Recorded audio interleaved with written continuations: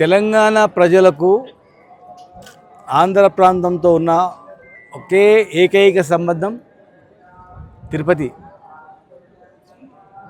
తెలంగాణలో పుట్టిన ప్రతి బిడ్డ తిరుపతిలో తలనీలాలు సమర్పించుకోవాలి, మొక్కుకోవాలనేది.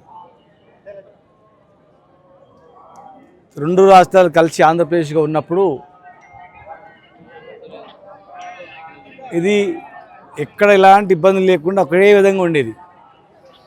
రెండు రాష్ట్రాలు విడిపోయిన తర్వాత డిఫరెన్సెస్ లేకుండా ప్రజలను కలిపిన దానిలో మా ప్రభుత్వంతో పాటు తిరుపతి దేవస్థానం టీటీడీ పాలక మండలి కూడా. ఎందుకంటే ఏర్పడిన తర్వాత ఎలాంటి డిఫరెన్స్ లేకుండా దర్శనాలు అన్నీ జరిగినాయి గతంలో చంద్రబాబు నాయుడు గారు ఉన్నప్పుడు. తర్వాత జగన్ గారు వచ్చిన తర్వాత కూడా కొనసాగింపు జరిగింది. కానీ ఈరోజు ఇక్కడ పరిస్థితి చూస్తుంటే తెలంగాణ సామాన్య ప్రజలకు కానీ, తెలంగాణ రాజకీయ నాయకులకు కానీ, తెలంగాణ సంబంధించినటువంటి వ్యాపారవేత్తలకు కానీ ఇక్కడ కొంత డిఫరెన్సెస్ అనేది కనిపిస్తూ ఉంది. ఇది మంచి పరిణామం కాదు. ఎందుకంటే టీటీడీ పాలక మండలి అంటే మాకు గొప్ప గౌరవం. దేవుడు, తిరుపతి దేవుడు అంటే మాకు ప్రపంచానికి దేవుడు.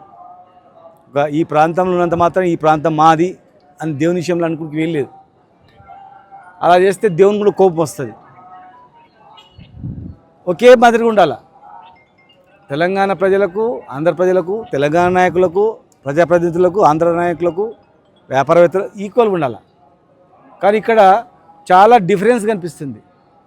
ప్రజలకు, రాజకీయ నాయకులకు కానీ, విఐపీలకు కానీ, మామూలులకు కానీ, వ్యాపారవేత్తలకు కానీ, భక్తులకు మాత్రం భేదం కనిపిస్తూ ఉంది.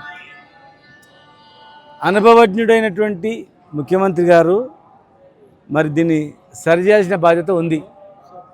మేము ఏనాడైనా ఈ 10 సంవత్సరాల కాలంలో ఏనాడైనా మేము ఆంధ్ర వాళ్ళ ప్రజలను కానీ, ఆంధ్ర వ్యాపారస్తులను కానీ, మేము హైదరాబాద్లో కానీ, తెలంగాణలో కానీ ఏనాడైనా భేదాభిప్రాయం చూసినామా? ఆంధ్రప్రదేశ్ ఉన్నప్పుడు కూడా తెలంగాణలో ఎక్కడ నీళ్లు ఉంటే, ఎక్కడ కాలువలు ఉంటే, ఎక్కడ కాలువలు ఉంటే అక్కడ ఆంధ్ర వాళ్ళు వచ్చి వ్యవసాయం చేసేది. ఎప్పుడు కూడా వాళ్ళను భేదాభిప్రాయం చేయలేదు. రాష్ట్రం విడిపోయిన తర్వాత కూడా ఇలా తెలంగాణ మేము తెచ్చిన తెలంగాణలో మాకన్నా ఎక్కువ లబ్ధి పొందింది ఆంధ్ర వ్యాపారస్తులే. హైదరాబాద్లో నువ్వు కాంట్రాక్టర్లు చూసినా వాళ్ళే ఉన్నారు, బిల్డర్ చూసినా వాళ్ళే ఉన్నారు, ఆర్థికంగా బలపడిన దానిలో కూడా వాళ్ళే ఉన్నారు. మేము తీసుకొచ్చుకొని మేము బాగుపడదాం అనుకుంటే మాకన్నా ఎక్కువ వాళ్ళే బాగుపడ్డారు. సరే వాళ్ళు పని చేసుకుంటున్నారులే అనుకొని మేము అనుకున్నాం. కానీ ఇంత డిఫరెన్సెస్ ఉంటావని ఇప్పుడు చూస్తున్నాం 10 ఏళ్ళ తర్వాత. ఇది మంచిది కాదు. ఈరోజు మేము హైదరాబాద్లో కానీ, తెలంగాణలో టీటీడీ వాళ్ళకు కళ్యాణ మంటపాలు కానీ, గుళ్ళకు కానీ ఎన్నో ప్లేస్ ఇచ్చి అంటే మాకు గొప్ప సంకల్పంగా భావిస్తాం. టీటీడీ వాళ్ళ కళ్యాణ మంటపం కడుతున్నారంటే గొప్ప అదృష్టంగా భావిస్తాం. టీటీడీ కూడా వచ్చిందంటే ఉంది. కానీ ఇక్కడ అసలు రూమ్స్ అడిగితే పట్టించుకునే వాళ్ళు లేరు. దర్శనం కాడ చాలా ఇబ్బంది పడతాం. సరి చేసుకోవాలి. ఎందుకంటే మనము అన్ని రాష్ట్రాలు వేరు, మన 2 రాష్ట్రాలు వేరు. మనకు రక్త సంబంధం ఉన్న రాష్ట్రం ఇది కోరుకోరు. కనుక కలిసిమెలిసి అందరూ ఉండడానికి బాధ్యత. మేము ఎందుకు చెప్తున్నామంటే ఈరోజు ఇక్కడ ఇది చాలామంది చెప్పారు, బాధల నుంచి కూడా వెళ్ళిపోతారు అన్నమాట. ఇది చెప్పకుండా ఎవరు చెప్పకుండా పోతే, సరి చేసుకోకపోతే అక్కడ హైదరాబాద్లో కూడా ఇబ్బంది వస్తుంది. మాకు ఇప్పుడు అనిపిస్తుంది, నాకు అనిపిస్తుంది. నేను ఆ రోజు రాష్ట్ర విభజనలో ఒక ప్రముఖంగా కేసీఆర్ గారు వెంబడి కావచ్చు, అన్ని పార్టీలు వెంబడి అందరూ కూడా ఎవరెవరైతే పార్టిసిపేట్ వాళ్ళ వెంబడి ఉన్న వ్యక్తిగా, మేము ఒక ఉద్యమాన్ని నడిపిన వ్యక్తిగా ఈరోజు మాకు అనిపిస్తుంది, అరే మనం ఒక్కనా డిఫరెన్స్ చూపోతుంది. ఇలా ఏం మనం తెచ్చిన గవర్నమెంట్లో హైయెస్ట్ వాళ్ళు కాంట్రాక్ట్ వాళ్ళే, పదవులు అనుభవించిన వాళ్ళు ఎక్కువ శాతం ఇది ఆర్థికమైనటువంటివి కాంట్రాక్ట్లు కావచ్చు, రకాలు అన్ని వాళ్ళే, మొత్తం హైదరాబాద్ బిల్డర్స్ వాళ్ళే, మొత్తం అన్ని సంపాదించుకునే వాళ్ళే. మనం ఒక్కనాడు డిఫరెన్స్ చూపించలేదు. ఇక్కడ ఇంత డిఫరెన్స్ ఉందో అనిపిస్తుంది. అట్లా గతంలో మాదిరిగానే చంద్రబాబు నాయుడు గారు రాష్ట్ర విడిపోయి ఎమ్మడి ఎట్లయితే చేసిండో సేమ్ అదే మాదిరిగా వారు కొనసాగింపు చేస్తే అంటే అందరం కలిసిమెలిసి ఉంటుంది అంతే. ఇక్కడ అంటే వారు కొత్తగా ఏర్పడిన రాష్ట్రం, కొత్తగా మళ్ళీ 5 years తర్వాత వచ్చింది కనుక వారి దృష్టికి వచ్చిందో లేదో నాకు అనిపించింది. నేను చెప్తున్నా, టీటీడీ అంటే మాకు అపరమైన గౌరవము, చాలా నమ్మకం. దీన్ని పోగొట్టొద్దు. దీని యొక్క ప్రతిష్టను పోగొట్టకుండా జాగ్రత్తగా కాపాడుకోవాల్సిన అవసరం ఉంది.